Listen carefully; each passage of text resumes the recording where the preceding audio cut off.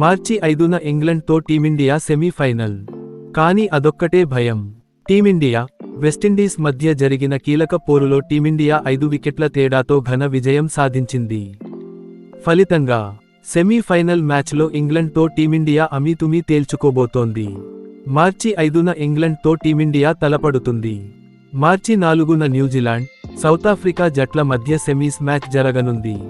Semi-final 1లో గెలిచిన team, semi-final 2లో గెలిచిన టీం మార్చి 8న జరిగే ఫైనల్ మ్యాచ్లో తలపడతాయి. గెలిచి తీరాల్సిన మ్యాచ్లో సంజూ శాంసన్ పోరాటం చరిత్రలో నిలిచిపోయింది. 50 బంతుల్లో 4 సిక్సులు, 12 ఫోర్లతో సంజూ శాంసన్ వీరోచిత ఇన్నింగ్స్ ఆడి టీమిండియాను విజయ తీరాలకు చేర్చాడు. సెంచరీకి 3 పరుగుల దూరంలో నిలిచినప్పటికీ సంజూ శాంసన్ చేసిన 97 పరుగులు అతనిపై వచ్చిన విమర్శలకు 100% సమాధానమిచ్చాయి. ఇంగ్లండ్తో సెమీఫైనల్ వేళ అభిషేక్ శర్మ పేలవ ప్రదర్శన ఒక్కటే టీమిండియాను కలవరపెడుతుంది.